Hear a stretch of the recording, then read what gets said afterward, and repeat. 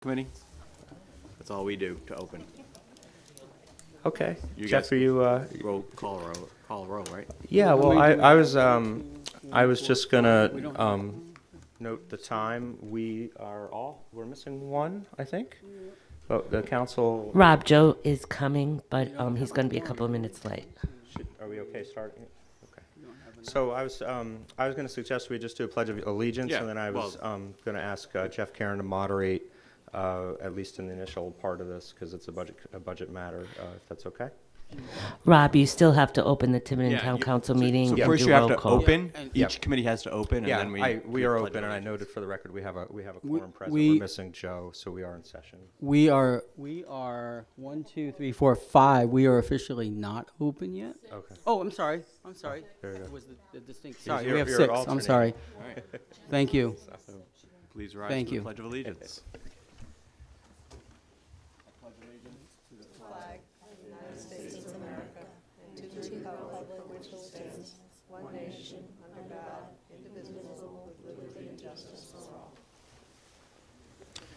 All right, Jeff, I think you have the floor. Thank you. So I think we'll start just by simple introductions. As most of you know, there might be a couple of new people here, so it'd be wise to do. My name is Jeff Karen. I served on the Budget Committee from 04 until 05 actually, till 2011, again in 2012, again in 2017, and I'm on it now. I was chair back in around the change of the decade for a couple of years, and I was also in charter review from 03 and also in 17-18, and I also was on the Financial Town Meeting Change and Advisory Committee, which helped draft the FTR. I'll turn it over to go this way. Tom? Tom Haley. I'm a new guy, new to Tiverton politics. I worked at the Naval. I do work at the Naval and Sea Warfare Center, and that's it. And Tom will be doing this. He'll be in charge of the spreadsheet that the Budget Committee has on the budget the whole time. I should tell him that. Ruth Hollenbach, this is my 3rd year on the Budget Committee, elected vice chair, and also was on the Financial Town Meeting Changes Advisory Committee. Joe Souza, I'm back.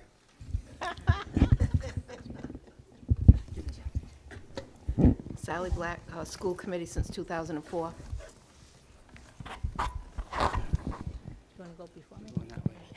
Elaine Pavo, School Committee since 2016. Deb Janik, Budget Committee. I'm sitting with the school committee people today, just to mix it up. Anytime. 5 years. This is my 5th year. Diane Farnworth, Vice Chair of the School Committee. Jerry Larkin, School Committee. Peter St. Unity, Superintendent of Schools. Elisa Farr, Director of Finance for Schools. Walter Feelag, State Senator, first elected in 1978, Warren. 40 years ago. Yeah, that's my town administrator. Nancy Driggs, newly elected to the Town Council. I co-chaired the Financial Town Referendum Changes Committee with Jeff Karen, bringing in the FTR. Then I was on the Budget Committee for 2 years, and then ran and was elected to the Charter Review Commission, and now I'm on the Town Council.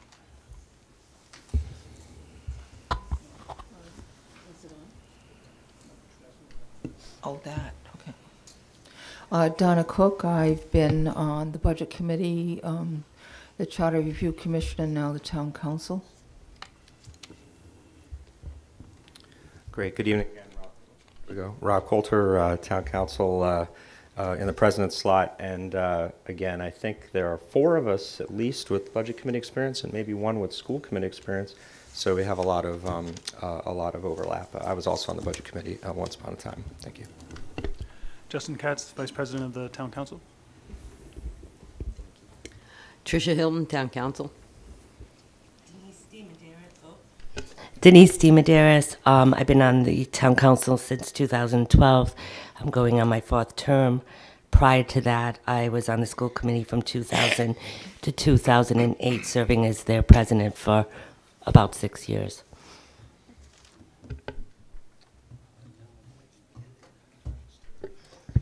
Joe Perry, Tiverton Town Council.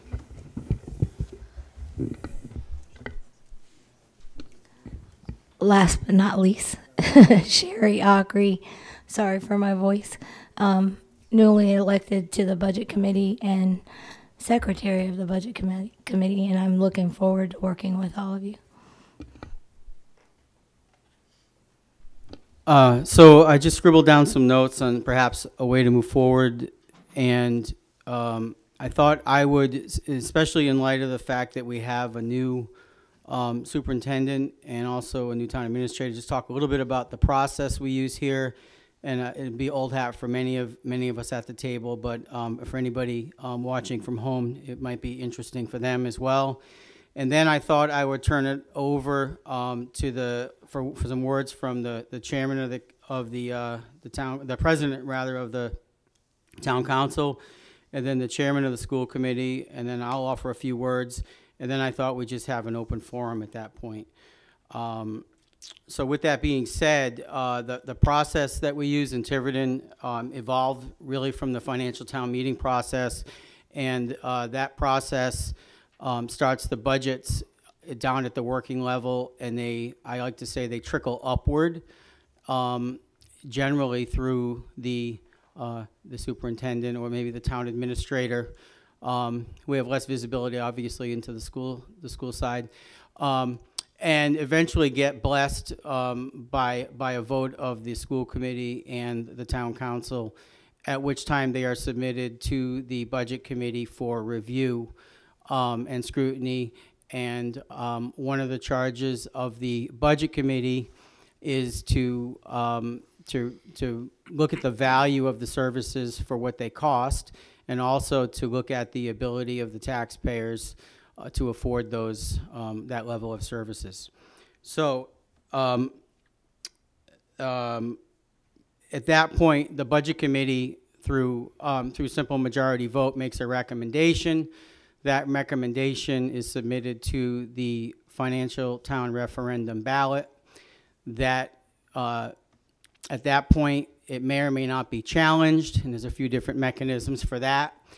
And by challenge, I mean there may or may not be an alternate budget submitted. And if there is no alternate budget submitted, then essentially the budget committee recommendation wins with one vote. And if it is challenged, then there's a bona fide referendum, and there's obviously a majority winner. So in a nutshell, that's the process we use. It's very similar to when we had the FTM, except it goes on a secret ballot, and it changes that process as needed to accommodate what's needed for a secret ballot. That being said, I think at this point, with that being said, as a summary of the process, what I'd like to do is, like I said a minute ago, just turn it over initially to the president of the council, and then I'd like to hear from, maybe we could hear from the chairman of the school committee, and I'll have a few words, and then we could just have somewhat of an open forum, which hopefully I won't have to moderate, but if I do, I will. So, Mr. Coulter? Sure, thanks. I'll be very brief. Just sort of from the town council perspective again, as I think we alluded, we have a fairly experienced council with experience in the budget committee and the school committee, and also in the FTR, FTM budget process, either through recent charter review commission work or in the design. So I think it's fair to say that the whole team here is pretty aware of how this process is going to work. We have a new town administrator who I think caught the tail end of last year's. I can't quite remember the start dates, so we're going to be looking to provide as much support as we can for his work. The town council has already had one workshop. It was actually just last Saturday, and so we're off to the races, and we expect the transmittal to be from the town administrator for your first look. I think it's January 15th deadline, if I have that right, And then I might be off a day or two, but I believe our close to final request is due to you on March 5th or 6th, or something like that. So that's actually not a very long window. We're aware of that. And of course, you know, we'd be happy to come and testify before the Budget Committee with anything you need on that. The only other item I would perhaps add is we have contract negotiations of one form or another, I think, with virtually every, I think it's all four of our major union teams. So we're working hard on that as well. And one of the initiatives that we're talking a lot about is making sure that we have a full costing, keep progressing towards a full cost accounting. So those are really the only remarks I have. I guess maybe we'll do one round and then I'll ask the town administrator if I missed and my colleagues, but that's all I'd say for the moment. Okay, thank you. Is that what you're looking for? Yeah, okay, that's fine, you. sure. Chairman Larkin? Yeah, sure, thank you. So we really have not gotten very far into the budget process. We'll have our first look of the proposed, well, starting point of the budget tomorrow night. We have some information from the superintendent. And as always, our goals are student achievement, quality education, and fiscal responsibility. Certainly, there's a lot that's going to be going into this whole process over the next few months. And above and beyond that, I'm not sure that there's too much to say. We've talked a little bit already with Mr. Karen about setting up a meeting in a couple weeks where we can go into a little bit more detail about exactly what we're looking at. Thank you. Okay, so I go third. So I'll follow up on that point since that's a real good point. So I have an email out to you, and I have an email out to Jan, and appreciate all your help on setting up the site visit, and in your case, site visits. And did you get a cross email to see what, I don't know if you had a chance today. I think the email that Jerry sent me might have been forwarded to you today. I don't know if you saw it or not, but in that event, there were some dates that were provided, so it may play into some of your scheduling. So in any event, appreciate your help on that, and likewise, we'll have to set up the date, obviously, for getting together to talk, in detail on the budgets. Just as a organizational issue, do you have any sense of exactly which schools you want to see? Do you want to see all 5 of them? Do you want to see the superintendent's office, my house, whatever you want to see? You can see all of it. Well, I was going to bring that up on Thursday at our meeting, but it seems like Joe has an opinion right now. He'll share. In the Really? past, Joe has an opinion? In the past, we looked at things that needed to be fixed, not things that have already been fixed. So the most important things that need to be fixed, that's what we'd like to look at. Okay, that will take a little bit of thought, I think, because we we feel like we're in a good place, at least in terms of the infrastructure right now. But well, that's a happy problem. For $15 million, yeah, or more. But it was my understanding that the bond only covered things that were, health, safety. That's correct. So depending on whose numbers you're using, Ride thinks we need $45 million worth. We thought $25 million. We bonded $15 million. So what are the other things? We can we can. And anything that could be preventive maintenance. Sometimes, doing our parking lots with the, where they, lay out the cracks. And so maybe that's what we'd like to look at, things like that. Perfect. We can arrange that tour. It'll be lovely. Mostly involve bathrooms. Mm-hmm. Yeah. So, I guess we have a couple of one large issue we have is this casino revenue coming in, and that's going to be something that obviously is going to be spoken about a lot, and how it gets used. And I know last year we used meaning the town. The budget committee, through a vote, used about $750,000 of the casino revenue to lower taxes.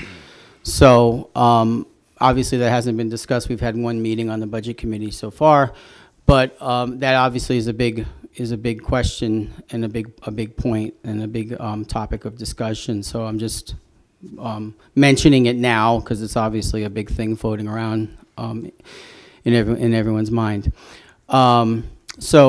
With that, I don't, those are primarily my comments, other than just the generalized comment that you'll usually get from Jeff Karen about trying to keep taxes down and trying to control spending and whatnot. So I think at that point, what I'd like to do now is just open it up to sort of an open session and just let people talk. We're moving really fast, and that's a good thing. Hopefully we'll have a less mechanized discussion.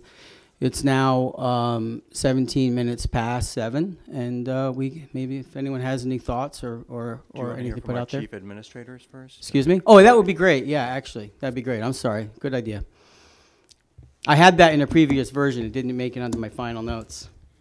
So this is, I was told to, can I start with, start with the schools, because we're in their building. Now, I was told, I tried to pronounce your last name, and I was told to call you Peter. Okay, so Peter. Peter's fine, thank you, I appreciate okay. it. Sanchioni, good Irish name. Sanchioni. Spell it? N-C-H-I-O-N-I.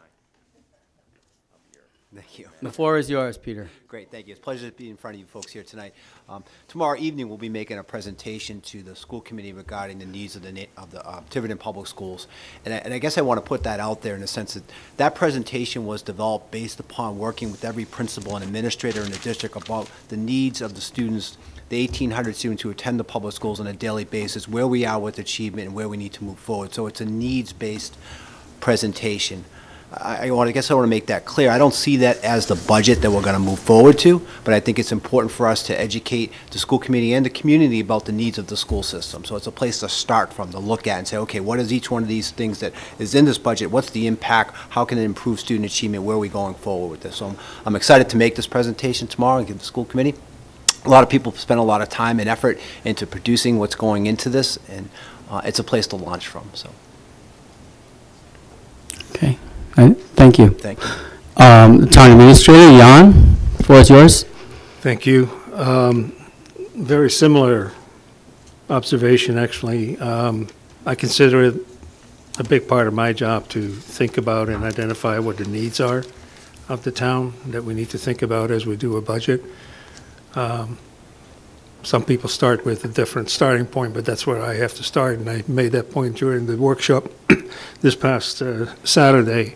So we've gone through the process with our department heads and talked with quite a few people trying to put something together. Obviously, you do that keeping in mind that there are limited funds available one way or another, so you don't go overboard, you don't do a Christmas list, you just try to identify what the real needs are, and then hopefully generate a discussion about that. So that's what we have put on the table. It's still being fine-tuned. I do hope to have it ready for the next council meeting, which is next Monday, and it will be formally submitted at that point.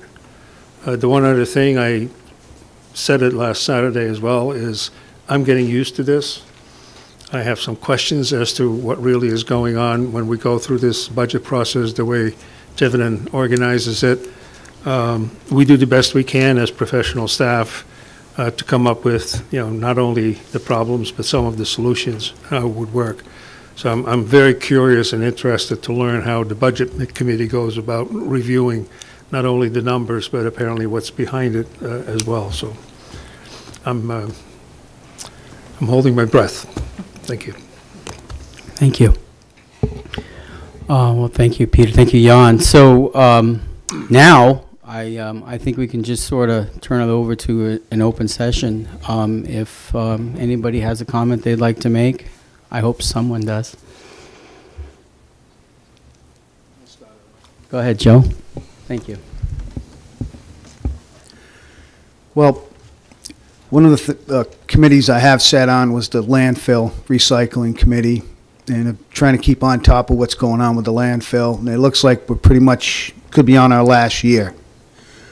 We'll be closing the landfill. We'll have to start trucking material to Johnston. When we did the numbers in 2016, it was around $500,000 increase in the budget to haul the materials up to the Johnston facility.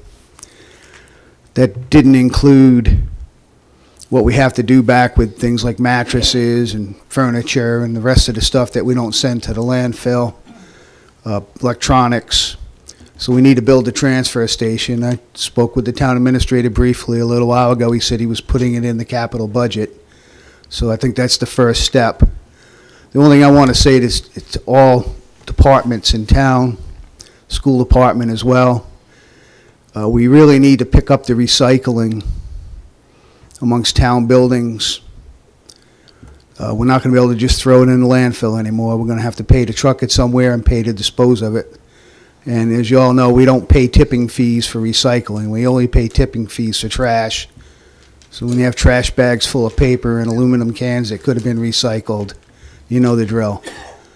So that the two things that I think are facing this town in the next year is the landfill closure and you know, making our roads look better. So I'm hoping we can accomplish both of those and decrease our footprint a little bit amongst the municipalities' use of the landfill.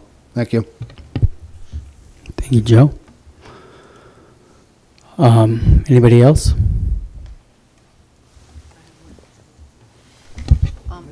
And along the Ruth? lines with the buildings, I'm thinking of the DPW building that's rotting in the back, which is so sad to see. I think it's an example of let's spend money wisely and intelligently rather than just buy something, okay? Because that's metal. Of course the salt's going to rust it out. So maybe they can get something that has a liner or something. I mean, there's got to be a better way. So that's the kind of thing that we're looking at, is to do smart spending, if at all, and when we do it. Thank you. Nancy? I just sort of have a global comment, and it sort of carries over from having been on the budget committee. And I haven't really, I think it would be helpful for each department as they think about their budget to really sort of maybe have a really awareness of priorities and ability to consider, if you don't get everything you want, what is the real wish list? What is the real wish list? You know, I mean, there's going to be winnowing down. So just maybe be aware of that right from the start of, you're not going to get everything you need. So I don't know if that's helpful. Yeah. Sort of having alternate thoughts. Yep, Jan, floor is yours. Just a brief response to that. I feel I have to point out, or at least remind folks, that the way we go through the budget process in the very beginning, the administrator and the departments, is exactly doing that. So it's from our perspective, you know, the prioritizing doesn't start after we're done. It starts when we begin. And we try very hard, and we do it in the spirit of, you know, we don't necessarily have the money to do everything we would like to see done. We need to prioritize and put those things into the budget that really need to be done now. Thank you.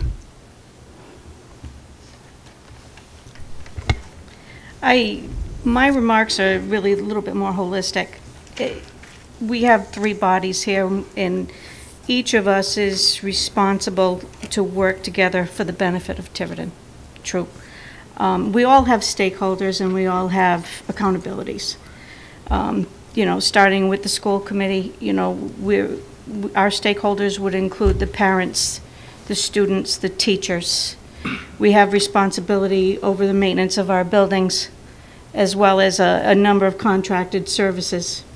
The town council, of course, you know, they have responsibility and accountability to the residents and making sure that the residents' needs as it pertains to municipal services are met. They have the municipal employees that certainly are an important piece. They're responsible for maintenance of the town buildings and equipment, They also have to consider the needs of businesses, corporations in town, as well as a number of contracted services such as the landfill operations. You know, today marks the beginning of this new process for the season.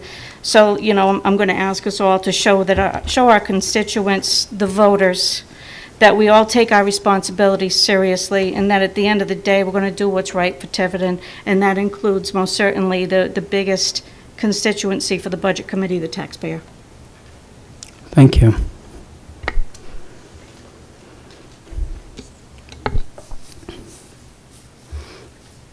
Anyone else have a comment? I just have one. I'd like to welcome our 2 members who haven't been in the foray yet, or to the fray yet, I should say. So don't be scared. It'll be fine. Thank you. They came kicking and screaming. I needed that.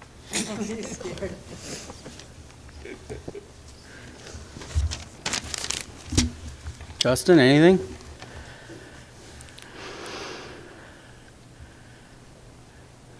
Well, historically, we've probably actually exceeded the usual time limit. Well, I think so. Another 4 minutes, we made it a half hour. So. Oh, yeah, of course. Sure. I'm sorry. No problem. Does anybody in the audience have comment? I welcome comment from the audience. Oh, of course, Mr. Ram. Come forward. The floor is yours.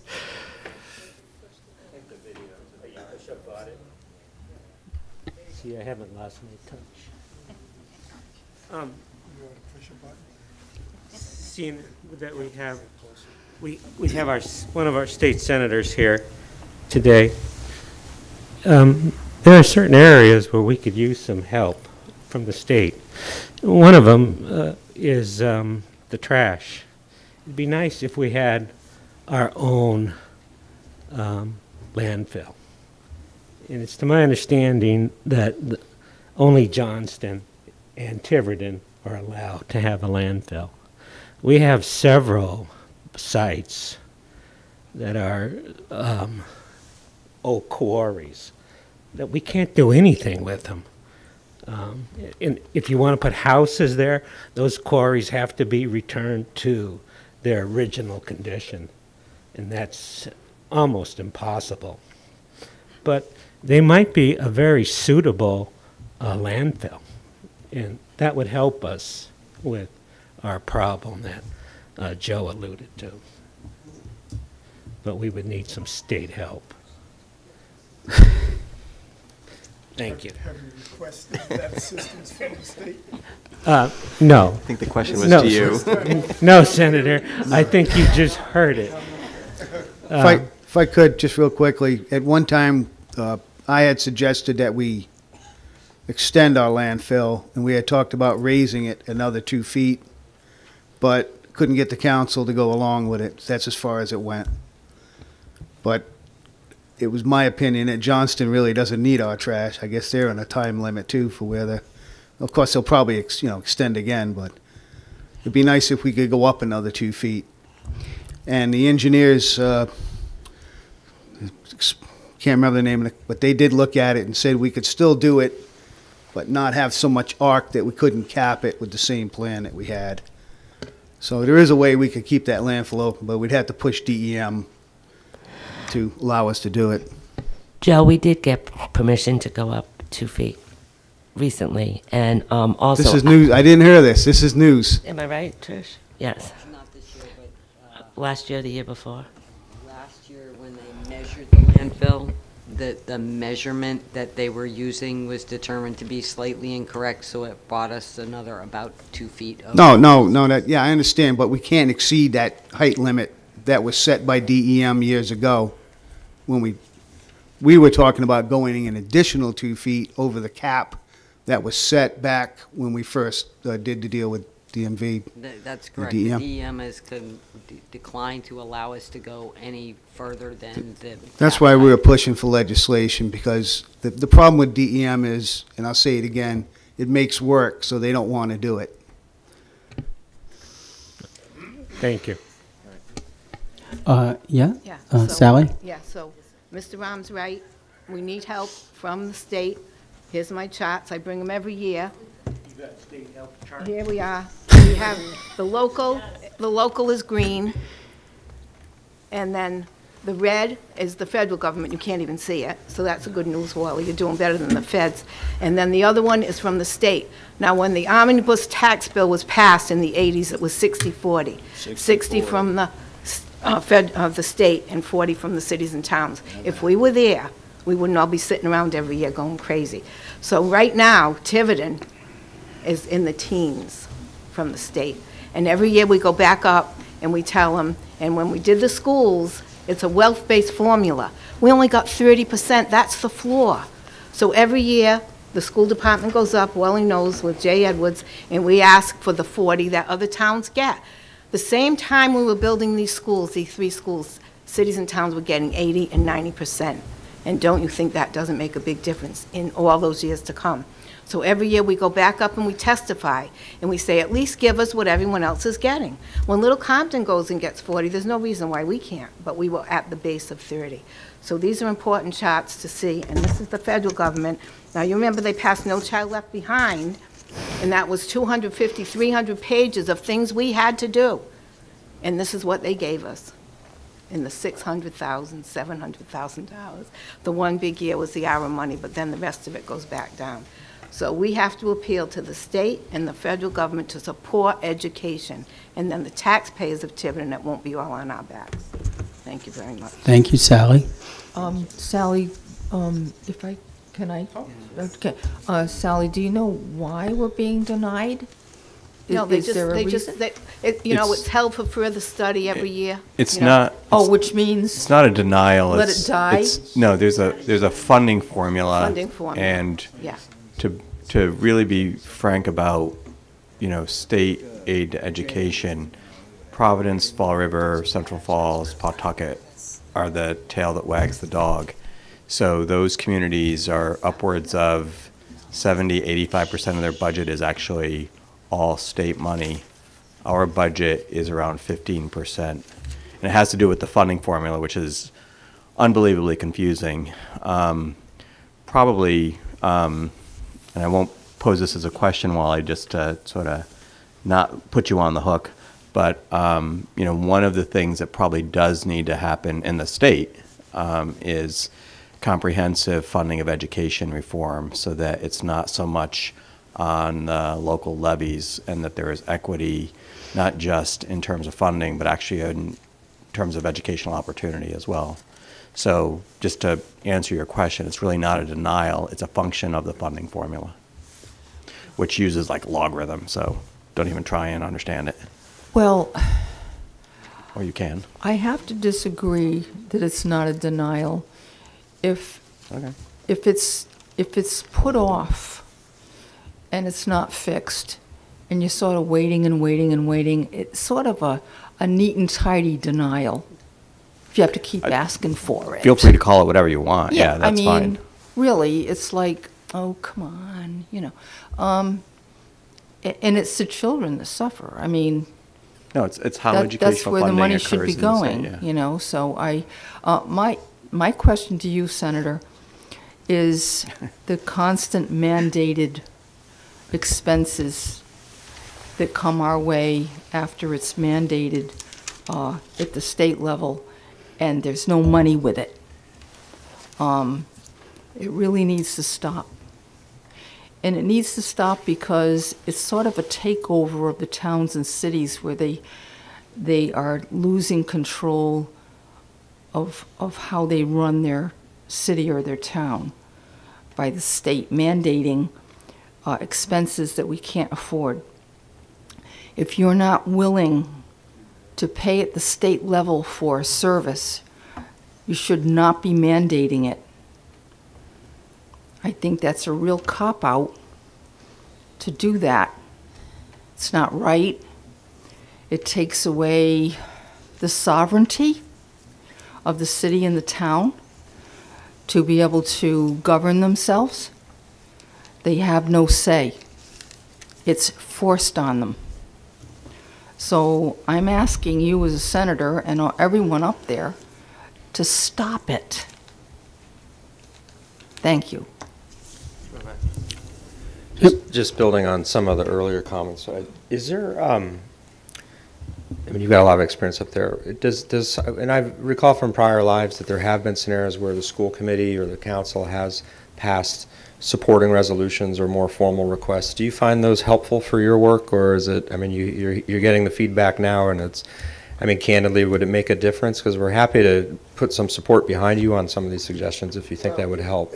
In all fairness, I'm here. In all fairness, I'm just here as a resident or a constituent or a person observing this first meeting.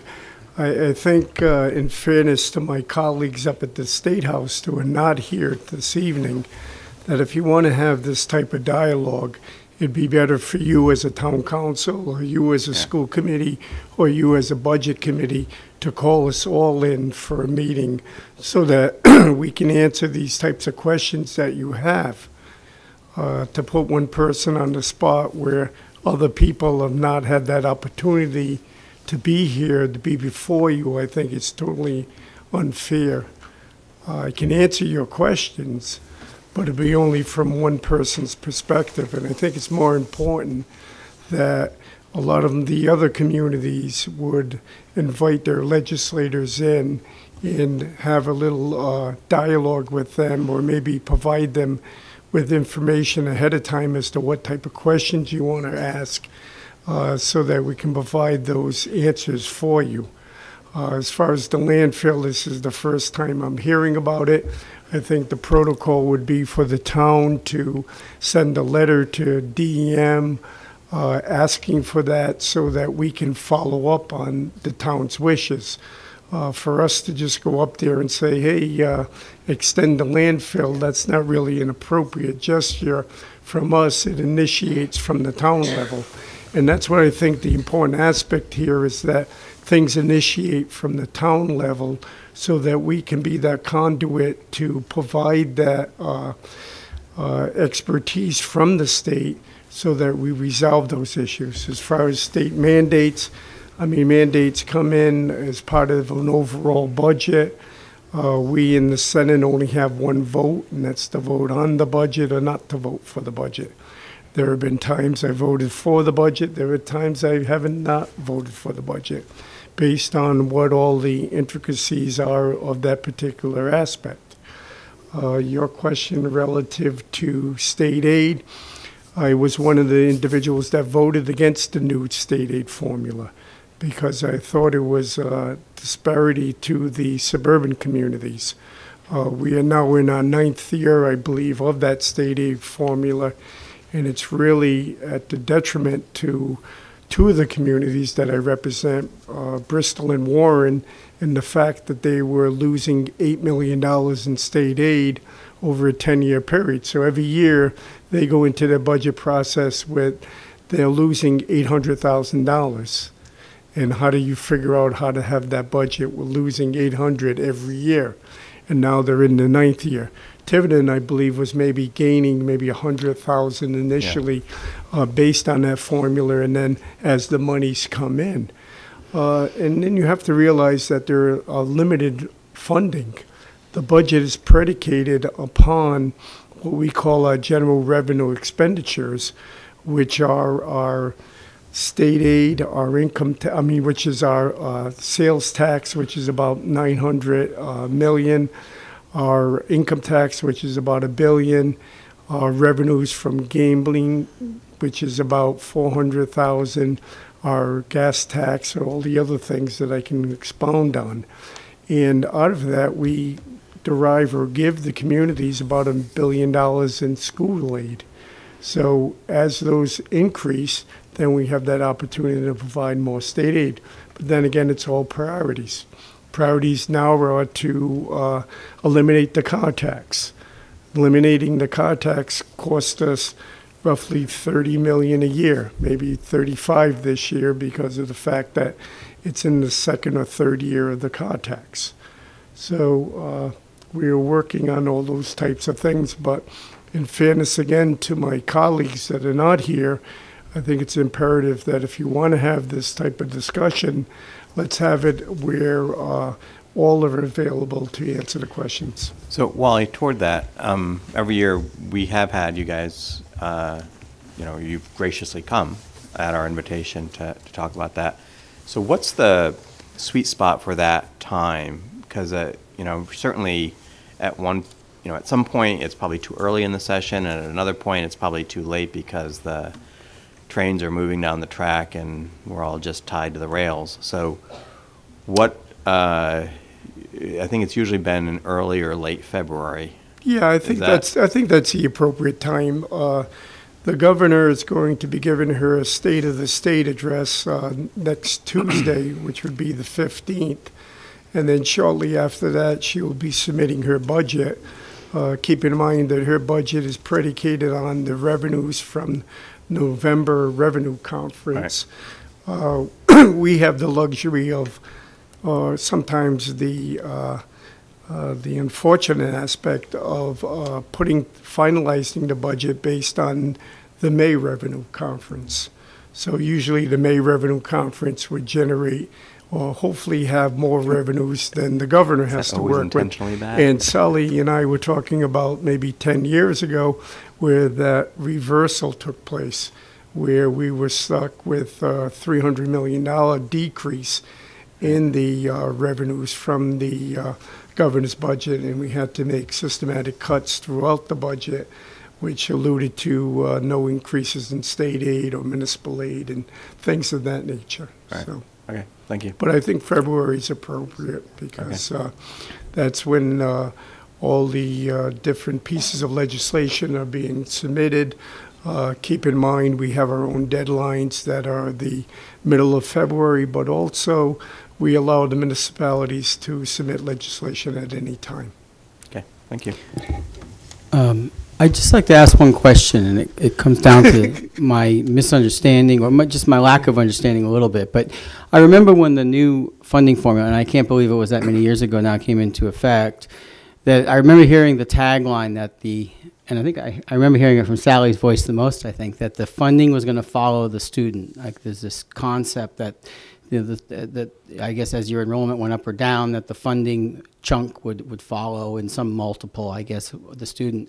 So if my onsats is correct, and that's true, the only thing I can understand then is that, for example, the amount of funding per student that they give to Tiverton is different than Providence. Is that?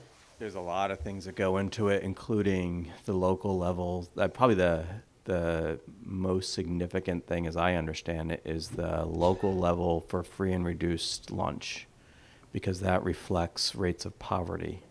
And then there are a lot of other things such as special education, English language learners, et cetera, et cetera, et cetera. So I'm not sure what you mean by the funding follows the student. It certainly has something to do with enrollment numbers, but probably the biggest single factor in the equation, I believe, is basically local poverty rates, which are usually reflective of local socioeconomic, median income. And I'm gonna, be an armchair demographer here. So we, as a school district, look like a more affluent community than our school population is.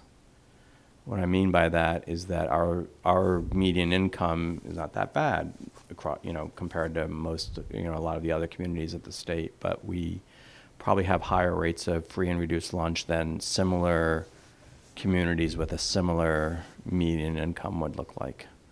But that's part of the story that would need to be told. Yes, how much interest it would actually have for the people of Tiverton, because there isn't a lot they can change about that other than, I guess, go out and try and get higher paying jobs. It's really more how the state... Right. If the meeting were to happen, that's part of the story. Yeah, that's why such a large percentage of the budgets of Providence, Central Falls, Woonsocket, Pawtucket are state aid supported, and ours is relatively low. Right. Thank you for that explanation, Jerry. Yeah, because there was basically like two separate formulas. There was one formula for the basic aid for education, which took this transformation, like I said, 9 years ago. And then also there was the formula for capital projects. And this is where the cities receive the majority of the money from those capital projects reimbursements, whereas the formula for education was more leveled. And now it seems that both of them are in favor of the poorer communities or those urban communities rather than the suburban communities. Thank you, Wally.